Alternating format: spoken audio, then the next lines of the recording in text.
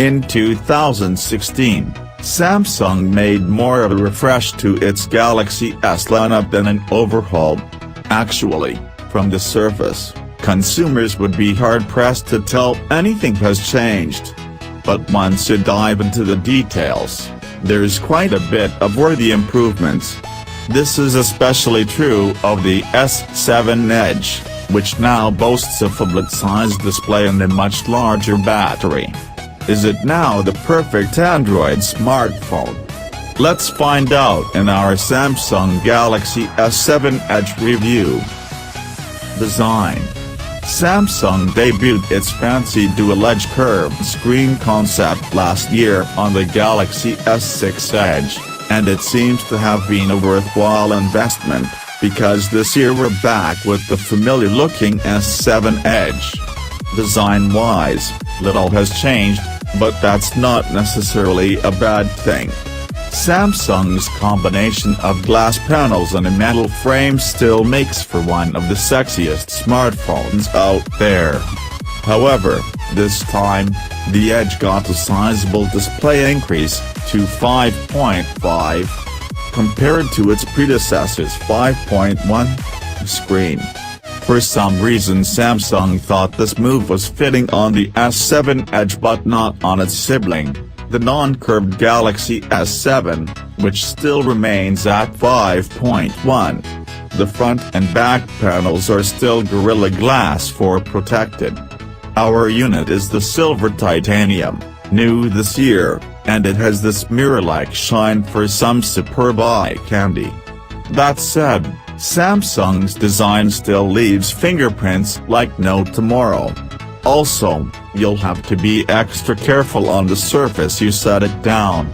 Although Gorilla Glass 4 is scratch-resistant, they can still happen. The glass also makes the phone slippery in hand, and you certainly don't want to drop a device made from glass. The sloped edges don't help this fact, as they decrease the grip on the sides. We strongly recommend to use this phone with a case. Two subtle but notable design changes from last year are a curved back on the sides, like on the Galaxy Note 5, and a more flush camera module. The gentle curves allow the phone to rest nicely in the hand, and the infamous camera hump is now a thing of the past. Physical button placement is unchanged. We still have metal volume buttons on the left and the power button on the right side. The size of the home button on the front was slightly increased, for better fingerprint recognition and usability. Capacitive back and reset app buttons continue to light up around the home button, and stay hidden while not in use. The bottom of the phone is also unchanged. We still have a bottom mono speaker and 3.5mm headphone jack. A notable mention is that Samsung forwent the newest USB Type-C standard for charging data and keeps on with the tried-and-true micro support. The competition have moved on, so this may be a concern to those who like to be on the cutting edge. The top is mostly bare, save for antenna lines, a microphone, and SIM tray. Thankfully, Samsung listened to customers and reintroduced microSD expansion, added as a slot on the SIM tray. Not only that, but water dust resistance is also back, debuted on the Galaxy S5 but taken away on the S6. The entire phone is sealed up tightly with an IP68 rating. Can theoretically survive up to 5 feet of water for up to 30 minutes. Performance. Simply said, the Galaxy S7 Edge is a powerhouse. Under the hood lies the latest and greatest from Qualcomm, the quad-core Snapdragon 820. This is paired with the boosted Adreno 530 graphics chip and 4GB of RAM. Suffice to say, the software is super responsive and always seems to ask for more. App launching is snappy and user interface, UI, navigation is satisfyingly smooth. It's not 100% fluid, though. Occasionally, a hiccup, stutter shows up, but it's very minimal. And we would attribute that to Samsung's heavy UI rather than the chipset.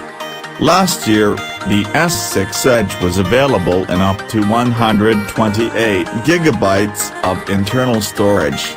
However, this time you'll only see US carriers carry the lower memory 32 GB variant. A 64 GB version of the S7 Edge exists in other markets. But this is because you can now tack on up to a 200 GB microSD card. Display. Samsung Super AMOLED displays are a sight to behold. It can be said, arguably, that these panels substantially surpass competitors' displays, and I believe it. The colors are vivid, images are sharp, and the panel can get super bright. I have no issue whatsoever with outdoor visibility. The curved screen on the sides amplifies the screen's eye candy. It's certainly subtle, and many should question if it's worth it. The Edge variant runs about $100 more, but it does add an extra dimension to images. It looks like content falls off the edges, similar to an infinity pool. However, this neat feature still bears the same ergonomic issue from last year. When handling the phone, your fingers get very close to touching the display, and many times does by accident. A new feature this year is an always-on display. Several phone manufacturers now offer this feature, so we're glad that Samsung has joined the club. Always-on displays information on the screen while the phone is on standby: the time, date, battery level, missed calls/messages. Camera. The S7 Edge's camera is another standout feature. Samsung didn't have to, but made substantial improvements, at a slight cost of megapixels, now at 12 MP. The sensor is brand new, and is thinner, has larger pixels, and even faster autofocus, f. The lens aperture is larger, at f/1.7, and the pixel size is 1.4 micrometers. This means that low light performance is stellar. Additionally, Samsung introduced a focusing system dubbed Dual Pixel. In short, each of the sensor's pixels are split in half and can assist in focusing. This makes lightning quick. You can barely see it happen. Samsung's camera interface remains largely unchanged. You'll get auto HDR, camera effects, filters, and a bunch of shooting modes. One change is that the native aspect ratio is now 4:3. Software. Samsung's UI, TouchWiz, is aesthetically unchanged from last year. You'll still see bubbly icons and colorful accents all throughout.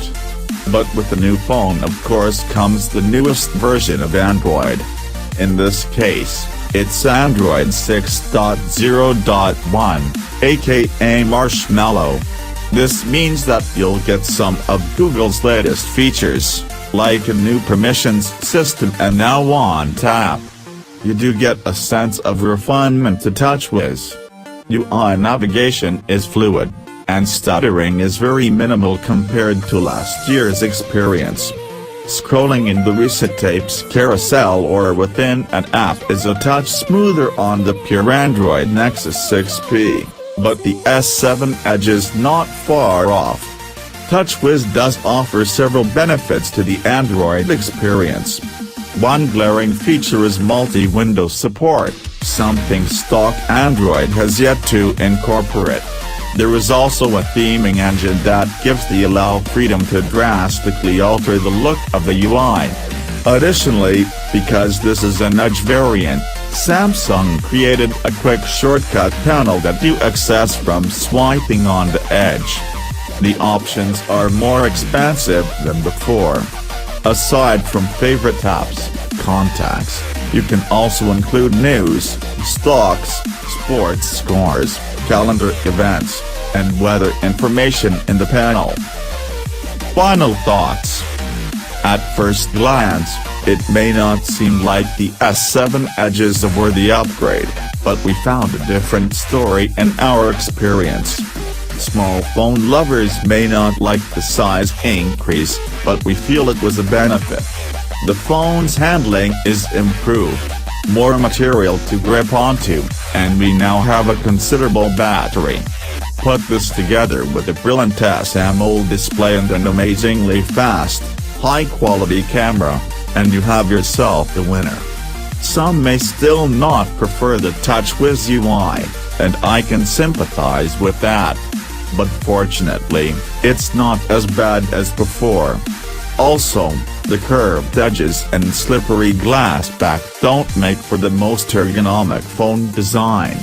Our recommendation is to slap on a case and you're set.